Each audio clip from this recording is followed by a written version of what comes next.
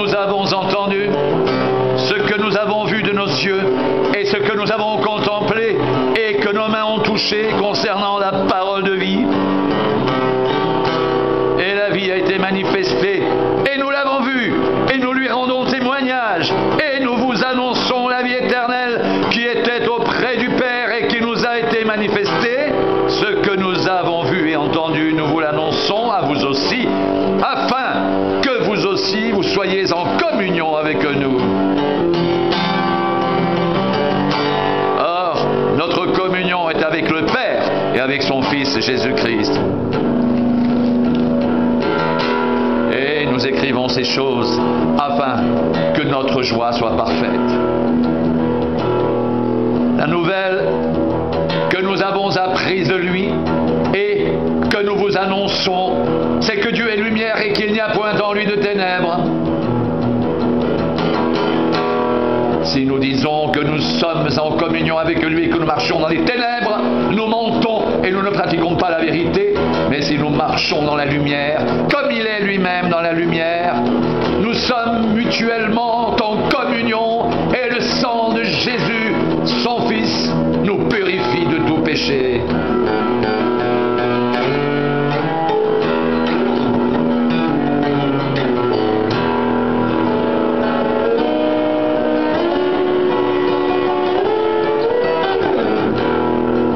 Si nous disons que nous n'avons pas de péché, nous nous séduisons nous-mêmes. Et la vérité n'est point en nous. Si nous confessons nos péchés, il est fidèle et juste pour nous les pardonner et pour nous purifier de toute iniquité. Si nous disons que nous n'avons pas péché, nous le faisons menteur et sa parole n'est point en nous.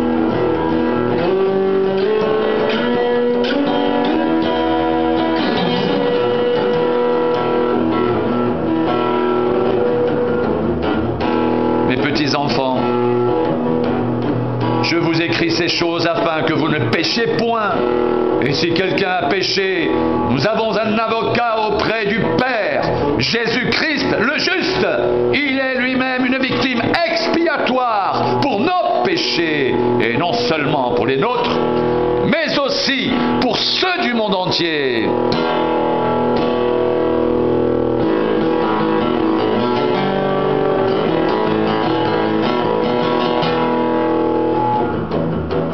Si nous gardons ces commandements, nous savons par cela que nous l'avons connu. Celui qui dit « Je l'ai connu » et qui ne garde pas ses commandements est un menteur et la vérité n'est point en lui. Mais l'amour de Dieu est véritablement parfait en celui qui garde sa parole. Par cela, nous savons que nous sommes en lui. Celui qui dit qu'il demeure en lui doit marcher aussi comme il a marché lui-même.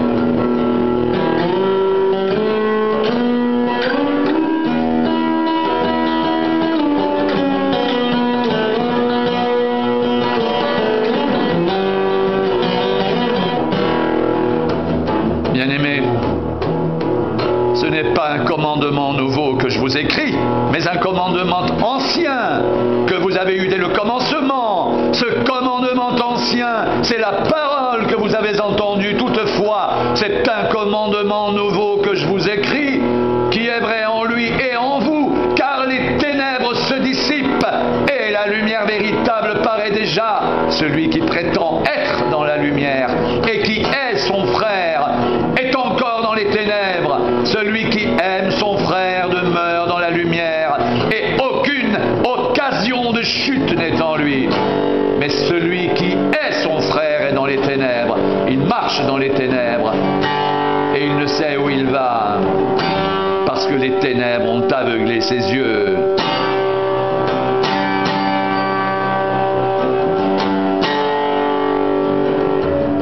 Je vous écris, petits enfants, parce que vos péchés vous sont pardonnés à cause de son nom. Je vous écris, Père, parce que vous avez connu celui qui est dès le commencement. Je vous écris, jeunes gens, parce que vous avez vaincu le malin. Je vous ai écrit, petits enfants, parce que vous avez connu le Père. Je vous ai écrit Père, parce que vous avez connu celui qui est dès le commencement. Je vous ai écrit, jeunes gens, parce que vous êtes forts et que la parole de Dieu demeure en vous et que vous avez vaincu le malin.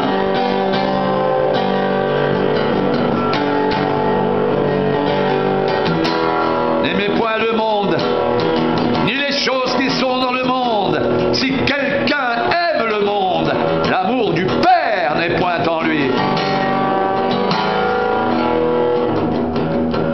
Car tout ce qui est dans le monde, la convoitise de la chair, la convoitise des yeux et l'orgueil de la vie ne vient point du Père mais vient du monde.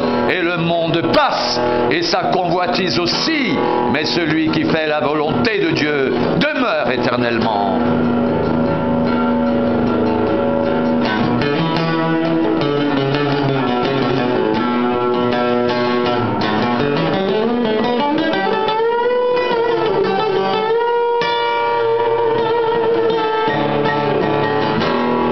Petits enfants, c'est la dernière heure.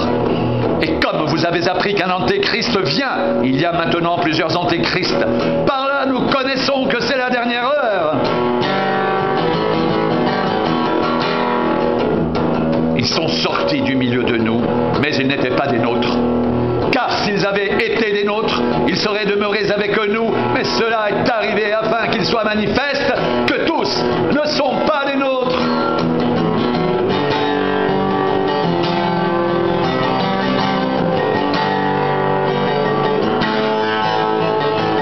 Pour vous, vous avez reçu l'onction de la part de celui qui est saint. Et vous avez tous de la connaissance. Je vous ai écrit, non que vous ne connaissiez pas la vérité, mais parce que vous la connaissez et parce qu'aucun mensonge ne vient de la vérité.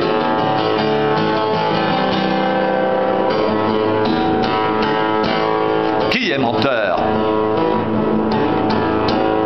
Sinon celui qui nie que Jésus est le Christ, celui-là est l'antéchrist, qui nie le Père et le Fils. Quiconque nie le Fils n'a pas non plus le Père. Quiconque se déclare publiquement pour le Fils a aussi le Père.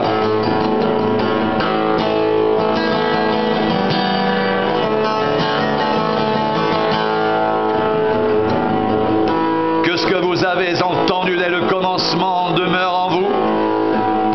Si ce que vous avez entendu dès le commencement demeure en vous, vous demeurerez aussi dans le Fils et dans le Père. Et la promesse qu'il nous a faite, c'est la vie éternelle.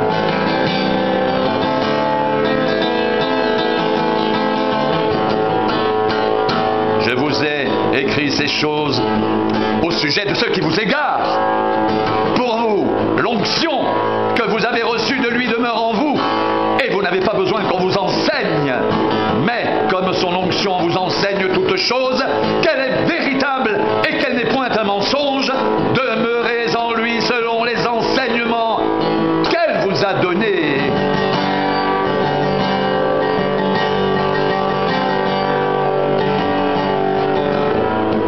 Et maintenant, petits enfants, demeurez en lui, afin que lorsqu'il paraîtra, nous ayons de l'assurance et qu'à son avènement, nous n'ayons pas la honte d'être éloignés de lui. Si vous savez qu'il est juste, reconnaissez que quiconque pratique la justice est né de lui. Voyez quel amour le Père nous a témoigné pour que nous soyons appelés enfants de Dieu. Et nous le sommes. Si le monde ne nous connaît pas, c'est qu'il ne l'a pas connu. Bien-aimés, nous sommes maintenant enfants de Dieu. Et ce que nous serons n'a pas encore été manifesté, mais nous savons que lorsqu'il paraîtra, nous serons semblables à lui, parce que nous le verrons tel qu'il est.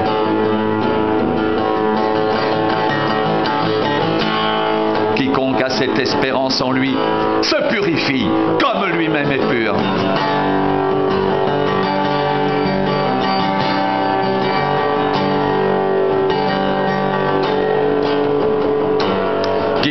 pratique le péché transgresse la loi, et le péché la transgression de la loi. Or, vous le savez, Jésus a paru pour ôter les péchés. Et il n'y a point de péché en lui. Quiconque demeure en lui ne pratique pas le péché. Quiconque pratique le péché ne l'a pas vu et ne l'a pas connu. Petits enfants,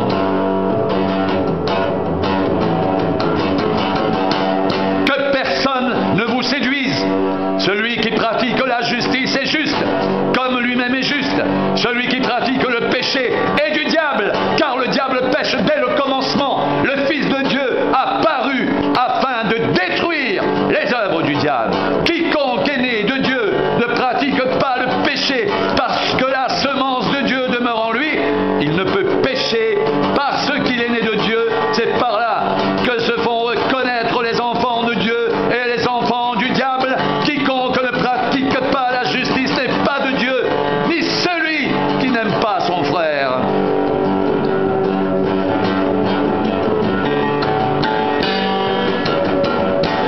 Car ce qui vous a été annoncé et ce que vous avez entendu dès le commencement,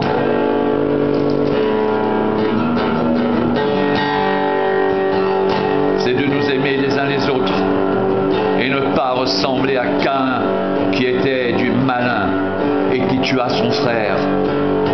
Et pourquoi le tua-t-il? Parce que ses œuvres étaient mauvaises et que celles de son frère étaient justes. Ne vous étonnez pas, frères, si le monde vous hait.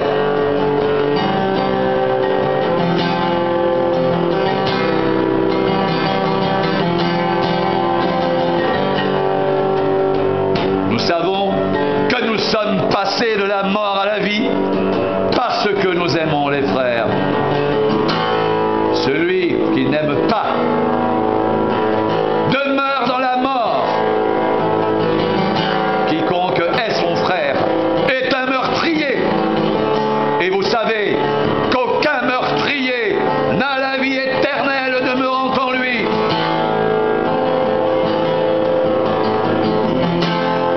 Nous avons connu l'amour en ce qu'il a donné sa vie pour nous.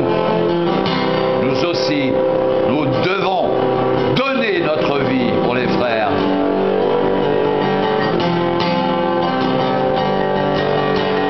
Si quelqu'un possède les biens du monde et que voyant son frère dans le besoin, et il lui ferme ses entrailles, comment l'amour de Dieu demeure-t-il en lui?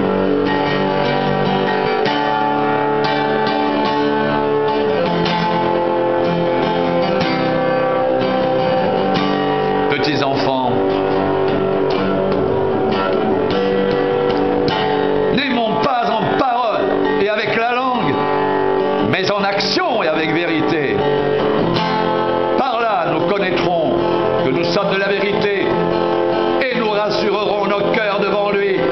Car si notre cœur nous condamne, Dieu est plus grand que notre cœur et il connaît toutes choses.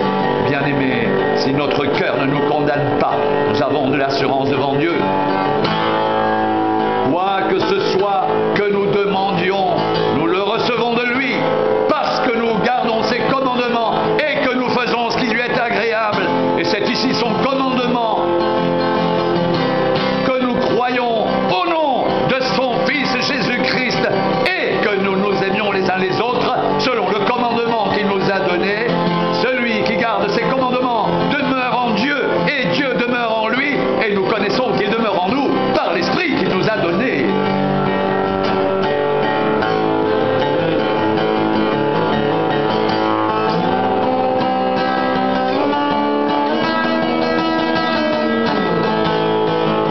Bien-aimés, n'ajoutez pas foi à tout esprit, mais éprouvez les esprits pour savoir s'ils sont de Dieu, car plusieurs faux prophètes sont venus dans le monde. Reconnaissez à ceci l'Esprit de Dieu, tout esprit qui se déclare publiquement pour Jésus-Christ venu en chair et de Dieu, et tout esprit qui ne se déclare pas publiquement pour Jésus n'est pas de Dieu. C'est celui de l'Antéchrist dont vous avez appris la venue et qui maintenant est déjà dans le monde.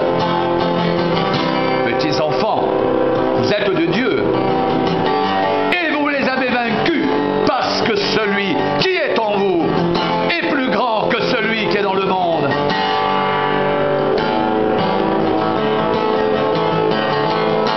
Eux, ils sont du monde. C'est pourquoi ils parlent d'après le monde. Et le monde les écoute.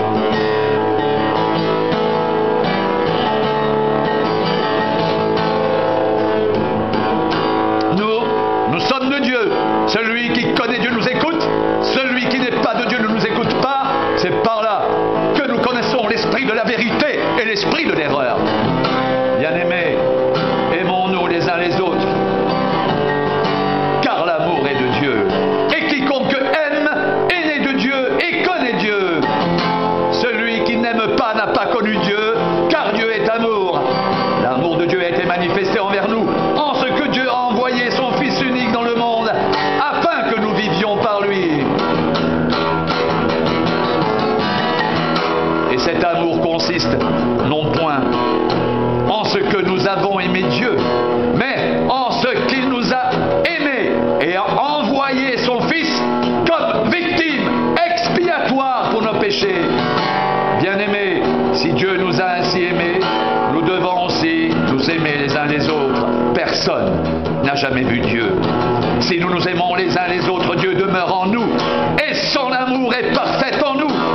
Nous connaissons que nous demeurons en lui et qu'il demeure en nous parce qu'il nous a donné de son esprit et nous avons vu et nous attestons que le Père a envoyé le Fils comme sauveur du monde.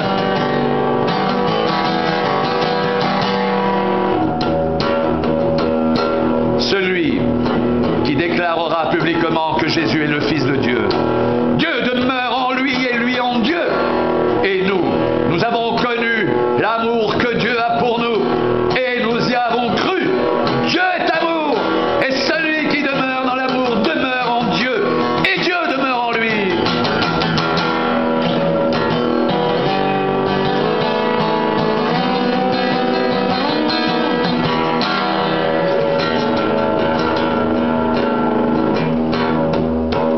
Tel il est, tel nous le sommes aussi dans ce monde. C'est en cela que l'amour est parfait en nous, afin que nous ayons de l'assurance au jour du jugement.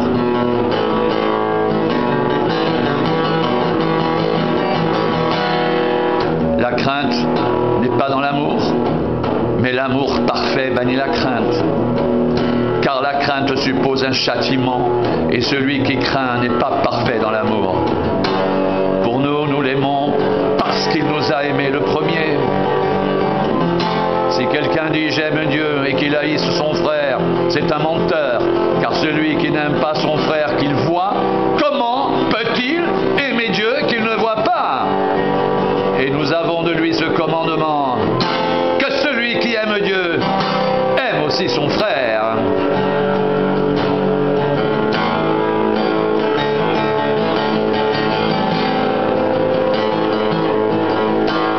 Quiconque croit que Jésus est le Christ est né de Dieu, et quiconque aime celui qui l'a engendré aime aussi celui qui est né de lui. Nous connaissons que nous aimons les enfants de Dieu lorsque nous aimons Dieu et que nous pratiquons ses commandements, car l'amour de Dieu consiste à garder ses commandements, et ses commandements ne sont pas pénibles, car tout ce qui est né de Dieu triomphe du monde, et la victoire qui triomphe du monde, c'est notre foi. Qui est celui qui a triomphé du monde, sinon celui qui croit que Jésus est le Fils de Dieu?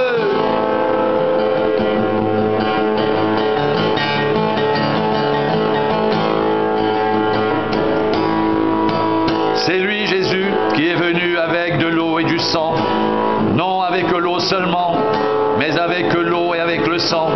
Et c'est l'Esprit qui rend témoignage, parce que l'Esprit est la vérité. Car il y en a trois qui rendent témoignage, l'Esprit, l'eau et le sang, et les trois sont d'accord. Si nous recevons le témoignage des hommes, le témoignage de Dieu est plus grand.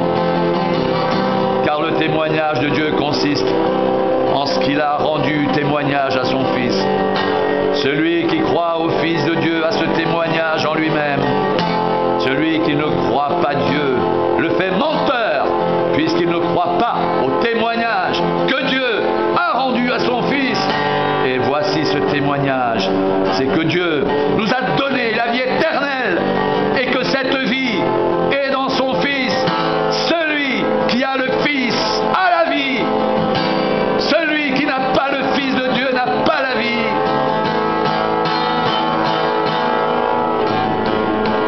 Je vous ai écrit ces choses afin que vous sachiez que vous avez la vie éternelle, vous qui croyez au nom du Fils de Dieu. Nous avons près de lui cette assurance que si nous demandons quelque chose selon sa volonté, il nous écoute. Et nous savons qu'il nous écoute. Nous savons que nous possédons la chose que nous lui avons demandée, quelle qu'elle soit. Si quelqu'un voit son frère commettre un péché qui ne mène point à la mort, qu'il prie, et Dieu donnera la vie à ce frère. Il la donnera à ceux qui commettent un péché qui ne mène point à la mort. Il y a un péché qui mène à la mort. Ce n'est pas pour ce péché-là que je dis de prier. Toute iniquité est un péché, et il y a tel péché qui ne mène pas à la mort. Nous savons que quiconque est né de Dieu ne pratique pas le péché, mais celui qui est né de Dieu se garde lui-même et le malin ne le touche pas. Nous savons que nous sommes de Dieu et que le monde entier est sous la puissance du malin. Nous savons aussi que le Fils de Dieu est venu et qu'il nous a donné l'intelligence pour connaître le véritable, et nous sommes dans le véritable en son Fils Jésus-Christ. C'est lui qui est le Dieu véritable et la vie éternelle. Petits enfants, gardez-vous des idoles.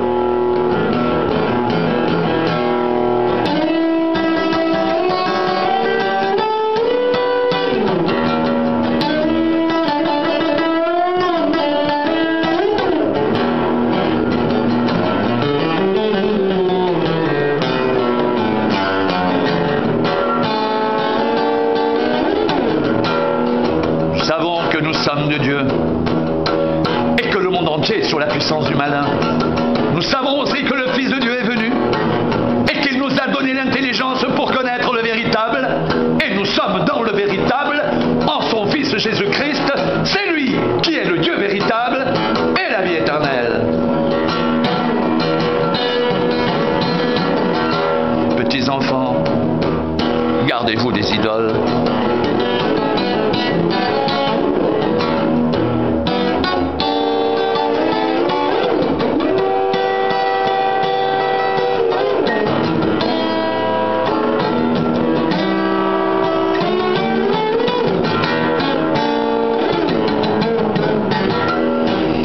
Nous savons que nous sommes de Dieu et que le monde entier est sur la puissance du malin. Nous savons aussi que le Fils de Dieu est venu et qu'il nous a donné l'intelligence pour connaître le véritable. Et nous sommes dans le véritable en son Fils Jésus-Christ. C'est lui qui est le Dieu véritable et la vie éternelle.